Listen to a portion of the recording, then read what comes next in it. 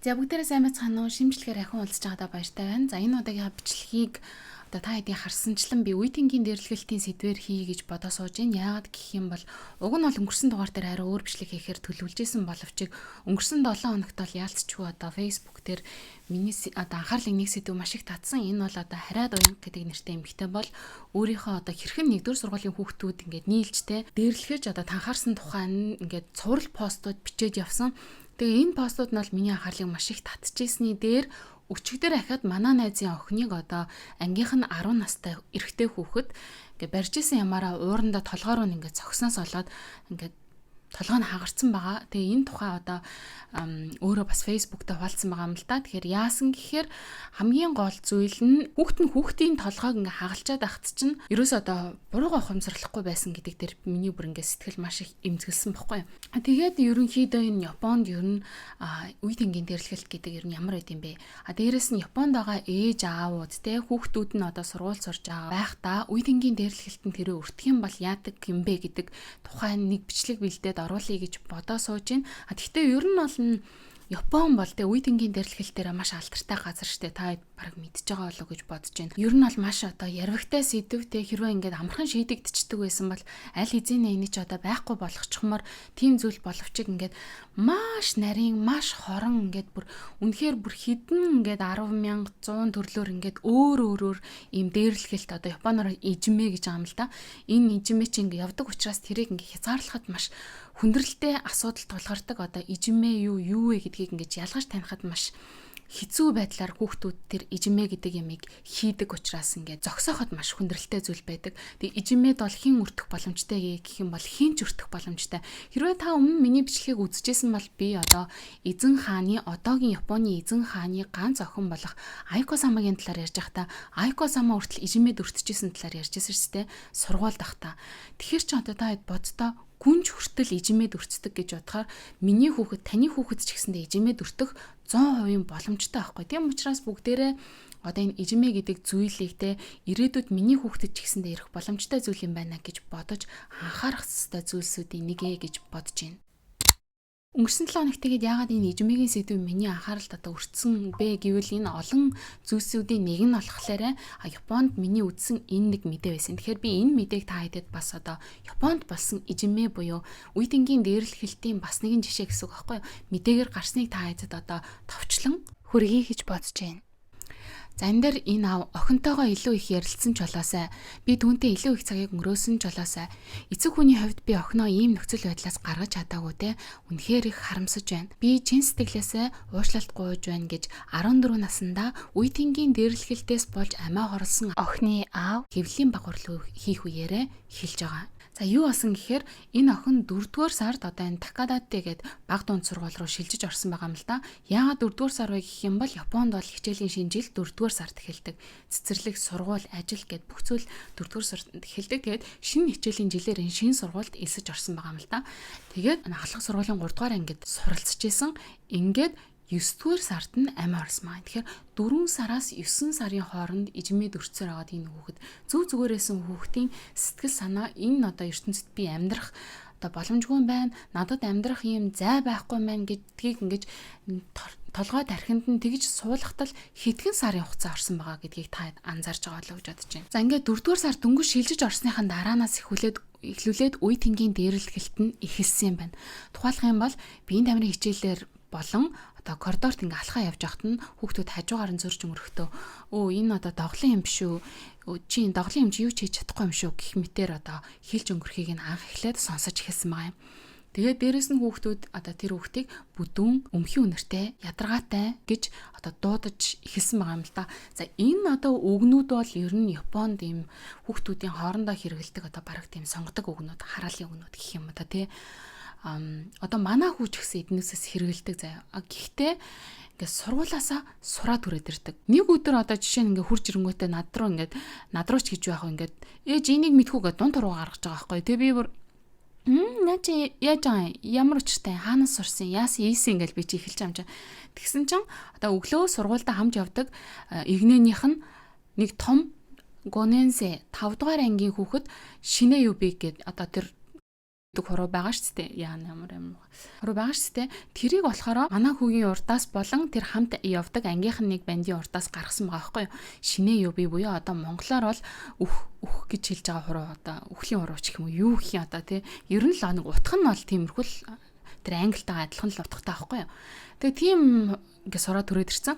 Тэгээ би за наа чин болдгүй юм аа миний хүү одоо ийм учиртай ийм тэгдэггүй ингэдэггүй ялангуяа энэ гэрт бол гарахгүй гэж хэлээд одоо тэр үйлдэлийг ингээ болиулж исэн. Тэгтээ бол сургууль дээр нь ингээд ялцчгүй эргэн тойронд нь бүх хүүхдүүд ингээд хэрэглээддэг учраас тэрийг ингээд би бол хэрэгэлдэг гэж таамаглаж байгаа.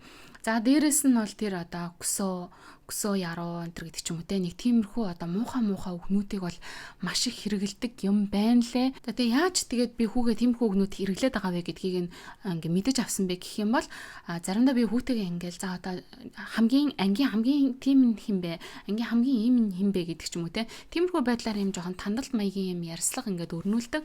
За жишээлх юм бол танай ангийн одоо хамгийн хөөрхөн охин чинь хин бэ, хамгийн сурлах сайтай хүүхэд хин бэ, хамгийн одоо юу гэдэг гой зурдаг хүүхэд хин бэ гэдэг ч юм уу те хамгийн дайлчгаар хүүхэд нь хин бэ гэдэг ч юм уу те ингээ эхлээд юм инээдтэй хөгжилтэй гоё юмнуудыг явж байгаа. Дараа нь жоохон нэг тиймэрхүү одоо юмнууд руу н орж эхэлдэг.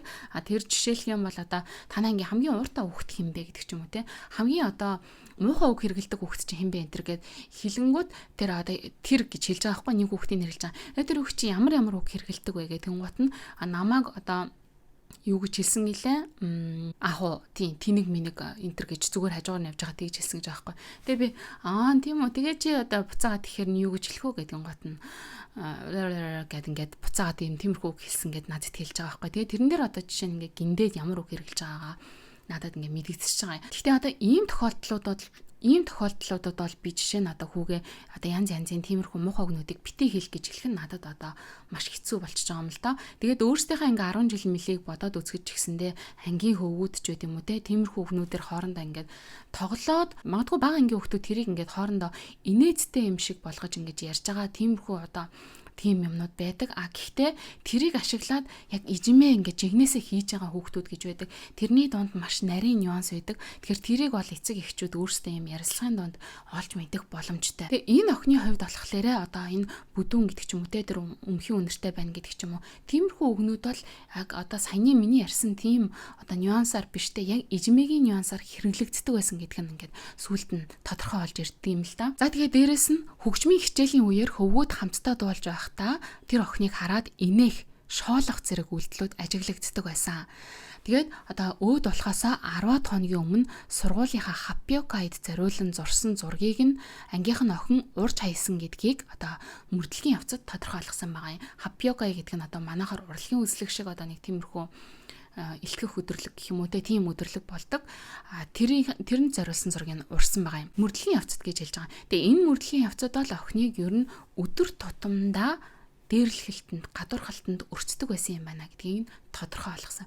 Гэхдээ харамсалтай нь энэ мөрдлөг бол одоо оройтцсан багтал болж байгаа юм л да. Тэгээд одоо тэр сургуулийн эмэгтэйчүүдийн зөвлөл гэж байдаг. Тэр эмэгтэйчүүдийн зөвлөлөөс одоо энэ охиныг дээрлэхээ болохыг сануулсан ч гэсэндэ багш нар нь зохиох арга хэмжээг тухайн үедээ аваагүй гэж эцэг их нь үзэж байгаа юм байна. За багш нар нь бол тоогоогүй гэдгийг батлах нэг баримтайгаа юм л да. Энэ нь болохоор манай хүүгийн ангиж гэсэндэ ордог доодоггүй гэдэг нэг одоо хичээл байдаг нэг ёс суртахууны хичээл гэх юм да тий. Тэр хичээл дээрээ юм нэг загтал бичих болоод юм зохион бичлэгч юм шиг тий. Тиймэрхүү юм дээрээ энэ охин ингэж утсан байгаа юм. Амьдралын утга учирыг хайхын оронд яагаад үхэж болохгүй шалтгааныг хайх хэрэгтэй шиг санагдаж байна. Яг жинхэнэ өөрийгөө би бол ил гаргаж болохгүй. Хэрвээ тэгэх юм бол дахин дээрлэхэлтэнд өртөх юм шиг санагдаж байна. Сэтгэл санаа үргэлж эмх замбраагүй. Гэх мэтэр ингээд бичсэн байгаа. Тэгсэн чинь доор нь багш нь тэрийг нь ингээд good job гэд хамгаалсан байгаа байхгүй. Би өмнөх влогн дээр та хэд харуулж исэн. Ингээд энэ одоо даалгаврыг нь үзлээ. Даалгаврыг нь одоо хянлаа ч юм уу те. Тэр ямиг чинь уншлаа би харсан шүү гэдгээ бацтгаж эцэг эхчүүд ч гэсэндэ багш нар ч гэсэндэ юм тамга дарж ашигладаг байхгүй. Тэгсэн чинь тэрэн дээр нь good job гэд хамгаалсан байгаа байхгүй. Хэрвээ тэрийг ингээд уншсан бол багш good job гэдэг тамга дарах уу? Тэ. Тэгэхээр ерөнхийдөө энд бол ингээд хүүхдүүдийн ажилласан материалтай багш нар бас яаж харьцдаг вэ гэдг нь нэг талаараа харагдаж байгаа юм л да. Тэр хүүхэд яг одоо үнэн сэтгэлээсээ тэр зохион бичлэгийг бичлээ гэж бодоход тэр сэтгэлийг нь олж харж унших уу. Зүгээр ингээд хараад нэг юм бичсэн байвал тамгаа дараал явцдаг байх магадлалтай учраас бид нар ч гэсэн одоо хүүхдийнхээ бичсэн тэр юмд нь давхар анхаарлаа хандуулах шаардлагатай юм шиг байгаа юм. Тэгээд одоо бол энэ охины ээж аав нь те хотын захиргааг энэ танхаарлыг хүлээн зөвшөөрсөн арга хэмжээ аваагүй гэж шүүхтэд 70 гаруй сая йены нөхөн төлбөр нэхэмжилж байгаа гэсэн ийм мэдээ гарсан. За тэгэхээр яг энэ шиг мэдээ болно шүү дээ. Энэ бол 3 байна уу? Намайг яг энийг үзэх үед 3 хоногийн өмнө ингээд цацагдсан байсан мэдээ. Яг энэ шиг мэдээ бол Японы одоо телевизийн сувгуудаар цацагдсан маш их архив YouTube-д байгаа. Амиа хорлсон болон одоо арай амиа орлолгүйгээр наан нь аврагдсан те багш нар сургуулийн захирал сэтгэл зүйч эцэг эхчүүдийнхаа ингээд одоо тусламжтайгаар эдгэж чадсан. За эдгэн гэдэг хэцүү. Зүгээр ямар ч лсэн аврагдаж чадсан хүүхдүүд гэж бас байгаа. Маш олон жишээнүүд Японд ингээд байж байгаа.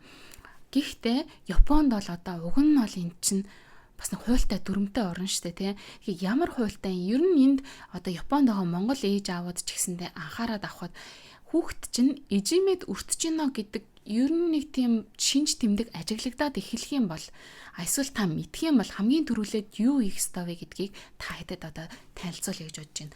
Хамгийн эхлээд бол ойлгомжтой. Ангийн багштай ярилцсан. За хэрвээ ангийн багш сайн тоохгүй байх юм бол энэний дараагаар сургуулийн захиргаанд хандах ёстой. Сургуулийн захиргаанд хандсны дараагаар ямар арга хэмжээ авах ёстой вэ гэх юм бол хамгийн эхлээд одоо илрүүлэлт буюу мэдээлэл цуглуулах ажлыг хийх ёстой. Сургууль болгон дээр дээрлэхэлтийн эсрэг хороо гэж байдаг.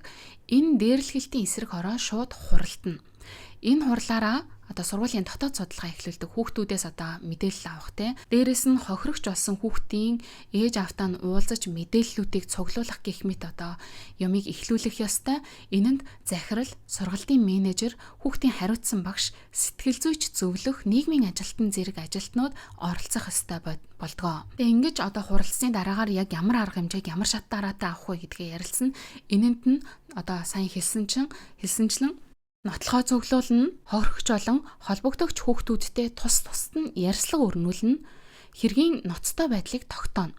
Хэрвээ цахим хэлбэртэй авах юм бол одоо тэр цахимд өрнсөн скриншот, пост, чат, мессеж зэргийг нотлохоо олгон одоо баримтжуулан аван хэрвээ Line эсвэл SNS буюу одоо бидний хэлдгээрээ сошиал дээр явуулсан бол тухайн платформд мэдэгдэж одоо тэр хүүхдийн янз янзын өөр хүсэг багт нь авсан зураг бичлэг байх юм бол тэр зураг бичлэгнүүдийг нь устгах хүсэл цэргийг нь явуулах одоо ажиллагааг эхлүүлэх хэрэгтэй байт юм байна. За энэний дараагаар хамгийн түрүүлээд хийх ёстой бол хохирогч хүүхдийг хамгаалах ёстой байдаг. Хохирогч хүүхдийг хэрхэн хамгаалах вэ гэх юм бол нэгдүгээр сэтгэл зүйн зөвлөгөө өгнө. Хэрвээ одоо байнгын дарамттай орчинд байгаа тэр хүүхэд одоо тэнд ингээд хамт баймааргүй байна. Тэр хүүхдүүдтэй хамт баймааргүй байна гэж хэлэх юм бол төр хугацаанд өөр ангид одоо өөр суудал бүр болохгүй бол бүр ангийг нь одоо бүлгийг нь сольж хичээлд оруулах. Эсвэл эрүүл мэндийн хичээлийн өрөө гэж одоо тусдаа тийм суудаг өрөө байдаг. Тэнд сууж одоо хичээлийг нь үзүүлэх зэргээр тэр хүүхдийг ямар ч лсэн гэсэн тэр аюултай орчноос тусгаарлах арга хэмжээг авдсан байна. За мөн эцэг эхчүүдтэй тогтмол уулзалт хийж явцын тайлан өгөх ёстой, шийдлийн хувилбаруудыг санал болгох ёстой гэдэг юм байна. За ингээд хохирогч хүүхдийг хамгаалалтанд авсны дараагаар бол дээрлэхэгч талтаа дараа нь тусгаарлаж ажиллаж эхэлдэг. Дээрлэхэгч хүүхдтэй тусдан сэтгэл зүйн болон ёс зүйн ярилцлага хийдэг.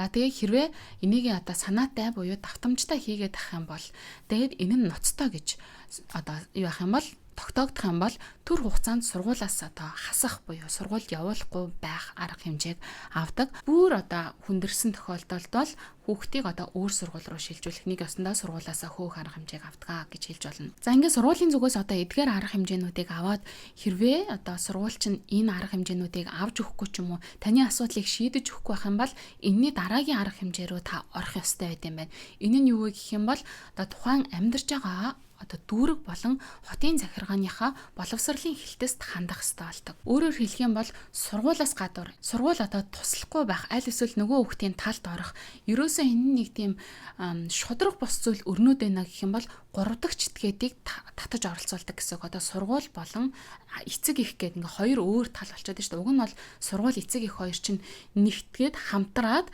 хохирогчийг хамгаалаад тэр дээрлэгсэн байгаа хүүхдэд ёс зүйн арга хэмжээ авах хэрэгтэй байсан чинь сургууль чинь таны эсрэг ингээд хэрвээ ажиллаад ингэж үзэж явах юм бол та 3 дахь читгээдийг татан оролцуулна гэж байгаа байхгүй юу. 3 дахь читгээд тэнд одоо яг жинхэнэ сургуулиас хараат бусаар одоо үнэлгээг гаргана гэсэн үг. Яагаад гэх юм бол заримдаа сургууль болон багш нар ер нь иймэрхүү хэргийг нуун дарагдуулдаг. Яагаад нуун дарагдуулдаг вэ гэх юм бол сая 1-р сургуулийн хэрэг дээр харсан байх. Сургуулийн нэр хүнд гэж нэг юм явж байгаа гэж тэгж байгаа шүү дээ.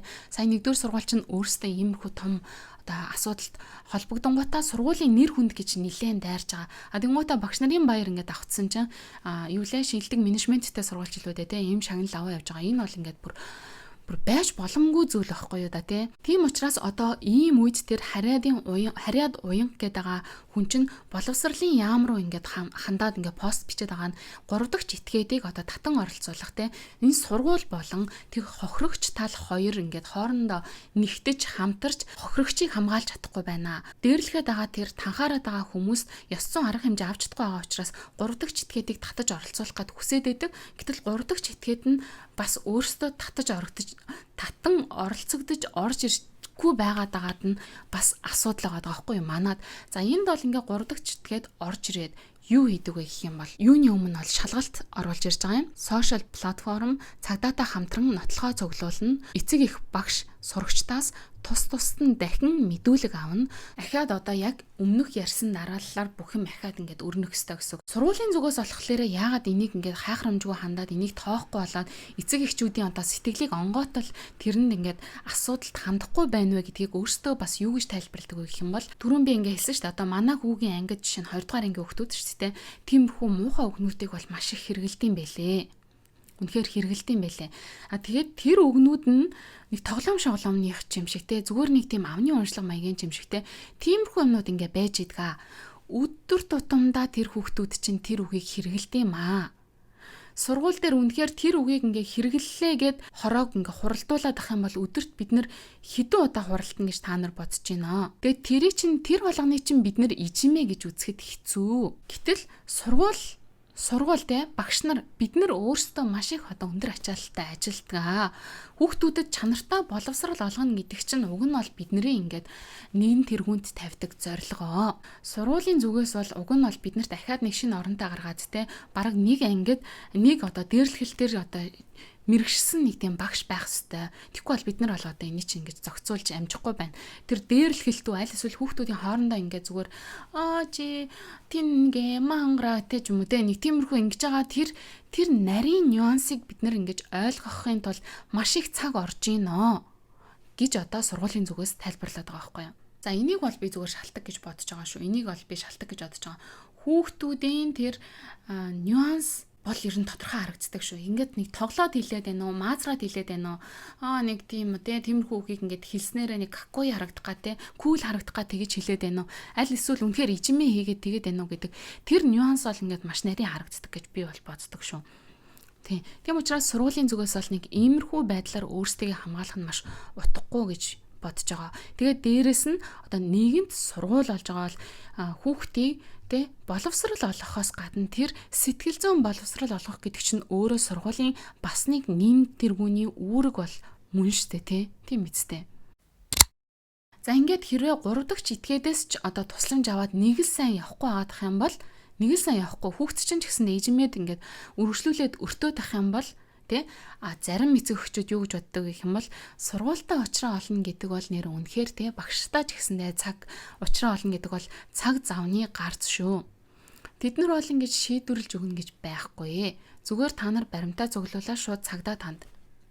Боломжтой бол өмгөөлөгч хөсөлж аваад шууд шүүхэд нэхэмжил гаргаад нөхөн төлбөр гаргуулж ав. Сургуулаас болон нөгөө одоо эцэг эхийн талаас шууд нөхөн төлбөр гаргуулж аваа гэдэг тийм зөвлөгөөнүүдийг өгдөг. Тийм учраас үнэхээр ингээд сургуульд нь ингээд найтаад нэлээд удаан явцсан бол тэгэж удаан явж байгаа хүмүүс байт юм бэл. Хүүхдүүд нь 1-р ангидаа одоо ижмээд дээрлэхэлтэнд өртөж байгаа мөртлөө одоо 6 дугаар ангидаа тэр нь үргэлжилж байгаа. Бид нэр одоо хүртэл тэмцээр байгаа гэсэн ээж аваад ингээд одоо хүртэл байж байгаа байхгүй тэр юмнуудыг үзсэн чи Япон ээж аваад тэгж байгаа бас амар тийм дэндүү төвчээртэй тэнэгч юм шиг.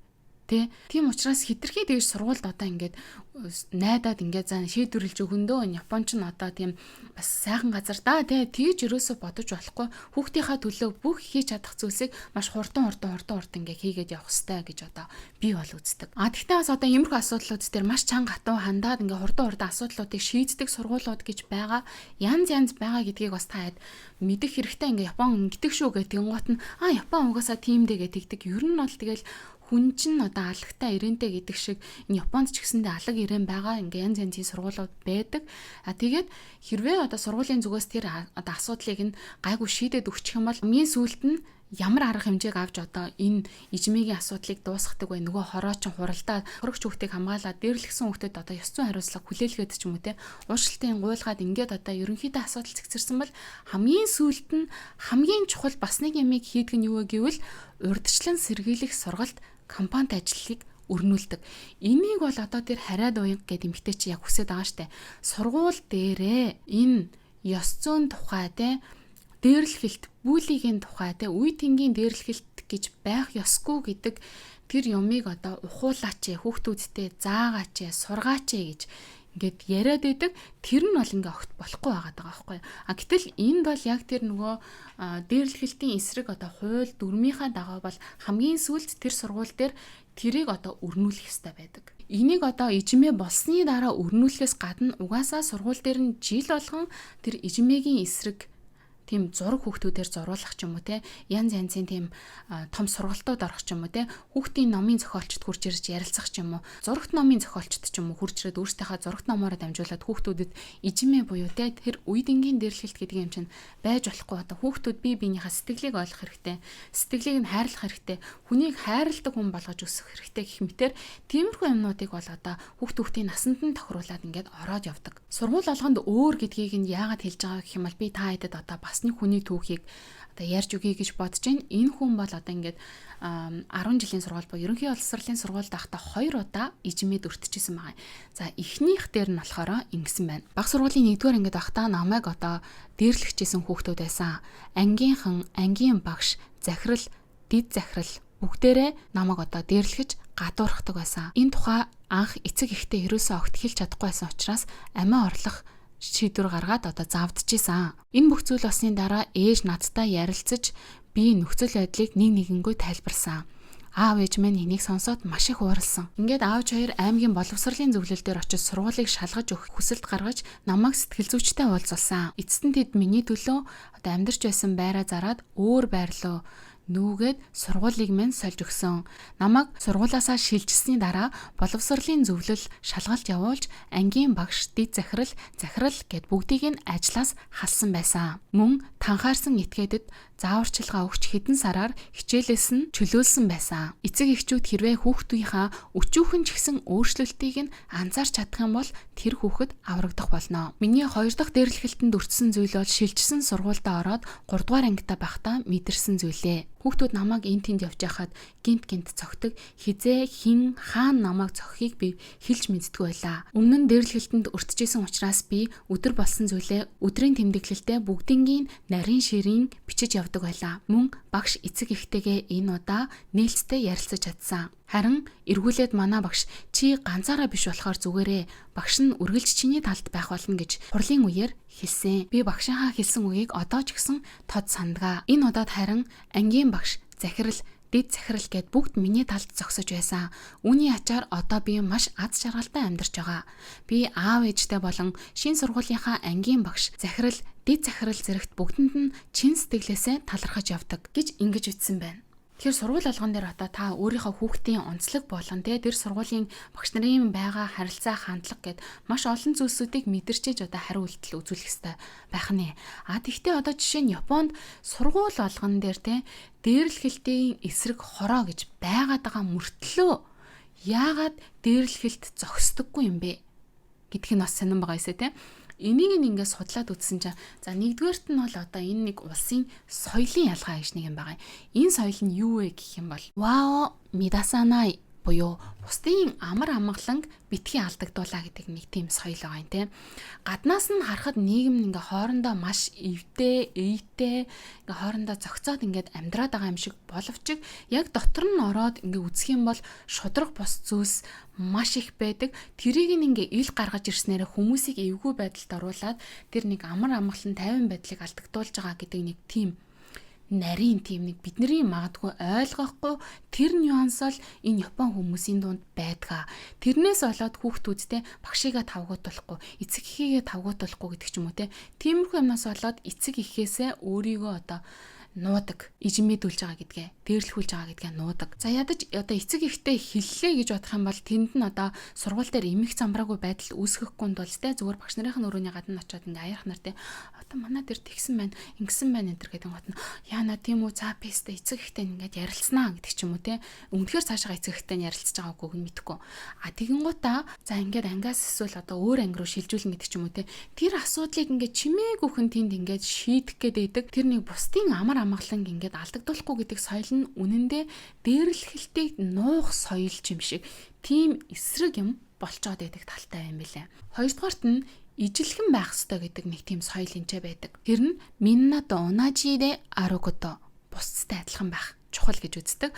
Өөрөөр сэтгэдэг, гадаад төрх, гарал угсаа, хувцас, сонирхлоор ингээ жоохон ялгардаг бол те. А эсвэл тэр ангийн тэр нэг уур амьсгал дунд нь ганцаараа ингээ нэг жоохон сондгоороод байдаг тийм хүүхдүүд байдаг ч те. Тиймэрхүү хүүхдүүдийг бол одоо бараг дээрлэхүүлж явахдаа таарсан те. Бүгдэнтэй адилхан байгаагүй соёлтой энэ соёл дуусч чадахгүй байх гэдэг ч юм уу. Тэрнээс нь болоод багш нь ч гэсэндээ одоо тэр хүүхдийг жоохон дээрлэх тийм хандлага ингэж гарч ирдэг. Яагаад гэх юм бол энэ одоо нэг сонин те. Одоо бие бусдын донд бие авч явах одоо тийм соёлгүй чадваргүй гэдэг ч юм уу те.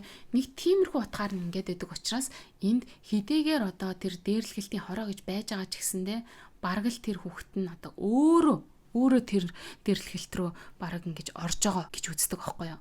Сонирн байгаа юм те. Тийм нэг бас нэг нарийн юм байгаад байгаа юм. За тэгээд дээрэс нь мэдээж багш нарын болон сургуулийн нэр төрийг хамгаалах хандлагаас болоод дотор нь одоо тэр дээрлэхэлтийн эсрэг хороо гэж байгаа боловч тэр нь ажилтгүй. Яг гэвэл дээрлэхэлтийн эсрэг хороо нь өөрөө хүүхдээс илүүтэй сургуулийн нэр хүндийг илүүд тавьчихсан байдаг. Дөрөвдүгээрт нь дээрлэхэлтийн эсрэг одоо тэр хороо гэж байгаа ч гэсэндээ яагаад сайн ажиллаж чаддгүй гэх юм бол хохирогчийн дуу хоолой Японд бол маш сул байдаг. Японд гэлтгүй ер нь хаасаагүй гэж бодож байна. А гэхдээ энд одоо бас нэг ойлголт байдаг нь гамансүрөө буюу хүүхдүүдийг багаас нь ингээд төвчээртэй болгоно гэдэг ч юм уу те. Тэр нь буруу юм дээр төвчөө явааддаг хүүхдүүд. Буруу юм дээр төвчээртэй байгааддаг. Юуг төвчж болох, юуг төвчж болохгүй вэ гэдгийг нарийн одоо сайн зааж өгөөгүй улмаас хүүхдүүд дээрлэхэлтийг хүртэл төвчээд яваад байдаг талтай. Тийм учраас тэр дээрлэхэлтийн хоороон дээр нь мэдээлэл очихгүй хүүхдүүд дуу хоолойгоо хүргдэггүй гэсэн үг. Дараагийн нь болохоор одоо тэр байгаад байгаа сургууль алган дээр байгаад байгаа хороо гэж байгаа зүйл нь болохоор нэг том шүүмжлэлтэй зүйл нь дээрлэхэлт гэдэг зүйл болсны дараа ажилдаг.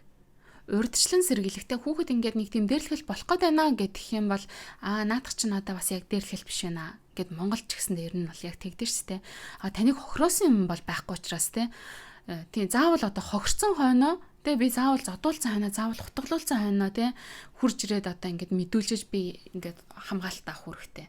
Хэрвээ намайг ингээд хин нэгэн хутгалах гээд байна гэдэг ингээд хутгалах бүх нөхцөл бүрдчихэд ингээд яг хутгалах гэж байна гингот тэгтээ хараахан хутгалааг байгаа учраас болохгүй ингээд тэгж байгаа шиг яг энэ одоо арай болоогүй баг те ахаа жоохон төвчээд өшөө яг ингээд ижимээ болоод ингээд бацтай болохоор нүрээ тэр тэгээ бид нэр ажиллая гэдэг. Тийм учраас эндхийн тэр одоо сургууль болгон дээр үнэхээр тэр хороо ажиллаад байдаг ч гэсэндээ үр дүнгүй байгаа. Тийм учраас болсных нь дараа биш харин урьдчилан сэргийлэх тал дээр нь илүү ажиллах гэдэг тал руу нь одоо японочууд илүү ажиллаж байгааг сонссон. Японд одоо амьдралдгийн хувьд те хоёр хүүхэдтэй би чинь тэгэнгүүт том хүүгээ бол ижимээд одоо өртгөөс ол үргэлж мэдээж айж ирсэн үргэлж ингээл жоохон те ингээл нэг нууцаар жоохон ажиглалтын байдалтай ингээд байдаг. Угаасаа энэ бол эцэг эхчүүдийн үүрэг гэж боддог. Тэгээ ер нь нэг ижимээд өртгөнүүгээ ингээ хараа явжсэн чинь за нэг удаа бас л ингээд яг шууд бол хүүхэд хурж ирэнгүүтээ ээж тэгсэн намайг тэр тэгсэн ингэсэн гэж бол хэлэхгүй яг нэг тийм яриан дундуур те үг унгах байдлаар тэр хүүхдийг мэдэж авдаг байхгүй яг яасан ийсэн гэдгийг нь. Тэгсэн чинь нэг ийм явдал болсон байсан. Одоо энэ Японд чинь ихэнх сургуулийнх нь хүүхдүүд нь ингээд ойролцоо гэрийнх нараа ингээд нэг газар цуглаад өглөө яг тодорхой цагт тэгээд тэндээсээ том ангийнх нь хүүхдүүд нь бага хүүхдүүдийг ингээд жагсаагаад те тэгээд сургууль руугаа ингээд аваад явдаг багхгүй юу. Тэгээд тэр одоо групп дотор нь ангийнх нь нэг банд байдаг гэсэн хамтдаа явдаг. Тэгсэн чинь тэр банд нь манай хүүгийн яг арталт нь ингээд явдаг байхгүй юу. Тэгсэн чинь ингээд цүнх мөнхнөөс нь ингэж татдаг. Тэгснэ цүнхрөө нь ингээд ингэж цохиж яадаг. Тэгснэ нэг удаа цүнхрөө нь өшгөлсөн. Дээрэс нь сургууль дээр ингээ коридорт ингээ явж ангууд хурж ирэнгүүтээ толгоор нь ингэж цохингуудаа яг тэр дараа шууд гомэнэ гэд тэгдэг гэж байгаа байхгүй уучлаарай гэд шууд тэгчдэг. Тэгэнгүүт ингээ тэр нь цайрчж байгаа юм шиг те. Тэгээ нэг тийм болдсон байна гэдгийг нь би мэдэж авлаа. Тэгэл одоо аавд нь хэлнэ. Аавд нэлсэн аав нь сургуулийнх нь одоо багштай нь харилцах дэвтэр дээр нь шууд ямарсан хамгийн ихний ээлжинд багштай холбогдох хэвээр учраас бичээд явуулсан. Яагаад гэвэл тэр хэдэн сарын хэдний өдөр гэдгийг нь тэн дээр нь яг юу болсон гэдгийг бичснээрээ тэр чинь өөрөө бас нотлох баримт ирээдүйд болох учраас ер нь бол Японд амьдарч байгаа ээж аавууд бол хэрвээ хүүхэд чинь иймэрхүү юмд өртсөн бол нотлох баримт үлдээхийн тулд Ренер Акуча буюу те холбоо барих дэвтэр дээр нь биччихвэл зүгээр. Багш нь ч гэсэн тэрийг уншсан хариу бичих хэвээр. Тэгээд ингээ бичээ явуулсан чинь шууд одоо өдөр нь манай хүн рүү уццсан байгаа юм л да. Ингээд ийм баснд ингээд харамсалтай байна. Би одоо тэр хүүхэдтэй андыг ингээ уулзуулсан. Тэгээд уучлалт гуйлгасан. Аав ээж рүү уцтаж хэлсэн ингээд тэгсэн. За ингээд энэс хойшоо би ерөнхийдөө за нөгөө хүүхэд тэр хоёрын харилцааг ингээд хараад явж байгаа. Гэхдээ мэдээж эрэгтэй хүүхэд учраас ингээд байнгын хойноос ингээд хөөцөлтөлсөд хамгаалаад ингээд ээж бас болохгүй зарим ямиг өөрт нь бас ингээд даатгах хэрэгтэй заримыг нь болохгүй гэдэг ч юм уу те бас ямар хэцүү гэж бодно эцэг их байх гэдэг чинь те одоо тэр ингээл нарийн юмнуудыг чинь тэр болгон дээр ингээл бодно одоо энэ дээр нь ингэж бид нар яхад туслана энэ дээр нь хүүхэд бол өөрөө ингээд бас жоохон зоригтой ах хэрэгтэй гэдэг ч юм уу те тэгжиж ирээдүйд одоо аав ээж нь байхгүй ч гэсэндээ өөрийг хамгаална гэж өчтнөө юм ч гэсэн гэж бодно штэ. За тэгсэн чинь ашгүй нөгөө хүүхэд маань ингээ гайгүй боллоо. Бүр гайгүй болох нь битгий хэл одоо тэр хоёр чинь чухам одоо найзууд боллоо. Удахгүй тэгсэн чинь нөгөө хүүхдийнхаа ээжтэй би нөгөө гадаа тоглуулж явж байгаад танилцаад ингээд уулзсан байхгүй.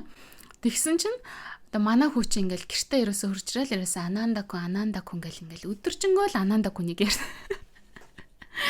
ярьдаг. Анандакунга дайски гэж байгаа байхгүй. Яа, анандад одоо ингээд баг хайртай ухаан нэмэрж байгаа байхгүй. Тэгээд дараа нь ингээд нөгөө хөвгт чинь манад бас ингээ хаяа хурж ирж тоглож моголдог болоод за тэр хоёр чинь тэгэл чухам найзууд болсон. Гэтэ одоо яах вэ ингээс хаврын уйлрал эхлэхэд нөгөө хүү маань шилжээж явцсан л та. Тэгээ хаяа ингээд ээжийнхаа лайн гэдэг одоо манайхаар фейсбુક мессенжер шиг юмар ингээд анандаа ингээ очихоор ингээ хамт тоглоно шүү моглоо шүү энэ төр гэдэг ингээ мессеж ичдэг те. Азтай тохиолдол байсан. Тэр хүүхэд ингээд хурдхан шиг буруугаа ойлгоод ингээд дараагийнхаа ямар шилжээд хоорондоо ингээд эвтэй найртай болоо явцсан азтай тохиолдол байсан. Хэрвээ ийм азтай биштэй тэр хүүхэд ингээд үргэлжлүүлээд тэр ижимээ дээрлэхэлтэд үргэлжлүүлээд байсан бол бид нар одоо ямар замыг туулаад цаашид юу үзэх байсныг бол төсөөлөхийн аргагүй байхгүй юу. Тэгээд дээрэс нь тэр ээжтэй би нөгөө юм ярьж байхдаа тийм үү дандыг ингээд гэртээ амар их ярддаг мэрдэг тэгээд айск энтер гэхээр би ч бүр ингээд дотроо жоохон гэд ингээд гайхаж байгаа байхгүй тэнгуутаа тийм үү гэж жоохон бас таналт явуулаад багш нь ингээд тань руу ярьж исэн үү энтер гэсэн чи үгүй.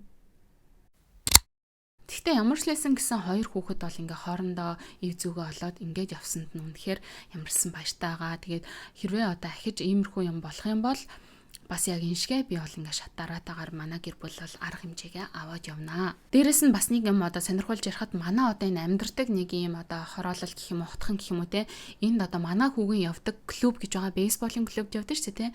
Тэгээ энэ бейсболын клубийнх нь анх үүсгэн байгуулсан хүмүүсийнх нь нэг гээд тэрнтэй ингээд төгсөө юм ярьж үзээд тэгээд энэ мэдээллийг надад дамжуулсан байхгүй. Тэр нь болохоор одоо нэлийн тийм настай тийм өвөө байдیں۔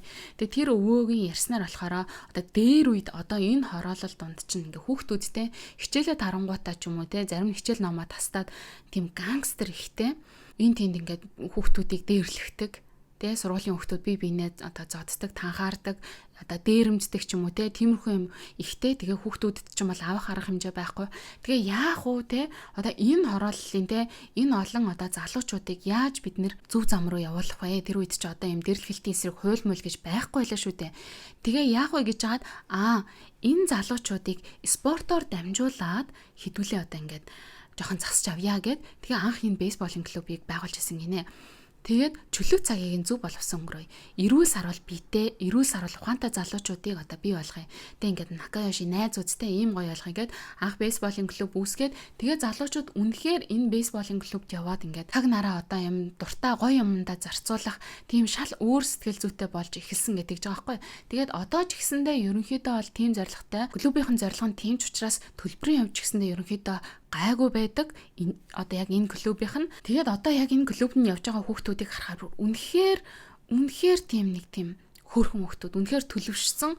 Ингээл ороод хүмүүстэй мэдлэх, хүндлэх тэр одоо тоглож байгаа те клубийнхаа граунд одоо тэр талбайг хүндлэх те яг тэр талбай хаалгаар орохдоо бүгдээрээ малгайгаа аваад бүгдтэй мэдлээд ингээд оронгуудаа дасгалжуулагчийн үгийг сонсох те өөрийнхөө идэл хэрэглэгдэхүүн одоо тэр спортынхаа идэл хэрэглэгдэхүүнтэйгээ хэрхэн зөв харилцах тэрийгээ яаж хүндлэх хайрлах гэдэг ч юм уу те бүр нэг харцсан хүртэл ингээд тэр хүүхдүүдийнх өөр болсон байдаг байхгүй юу.